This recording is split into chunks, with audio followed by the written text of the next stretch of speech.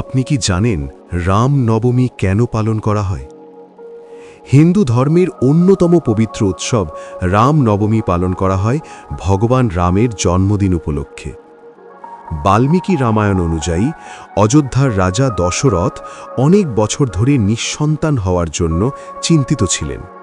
তখন মহর্ষি ঋষ্যসিংহ এর পরামর্শে তিনি একটি যজ্ঞ করেন, যার নাম ছিল পুত্রকামেষ্ঠী যজ্ঞ।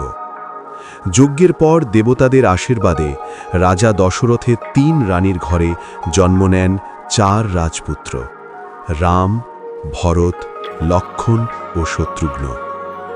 চৈত্র মাসের নবমী তিথিতে ভগবান রামের জন্ম হয়েছিল বলেই সেই দিনটিকে বলা হয় রাম নবমী।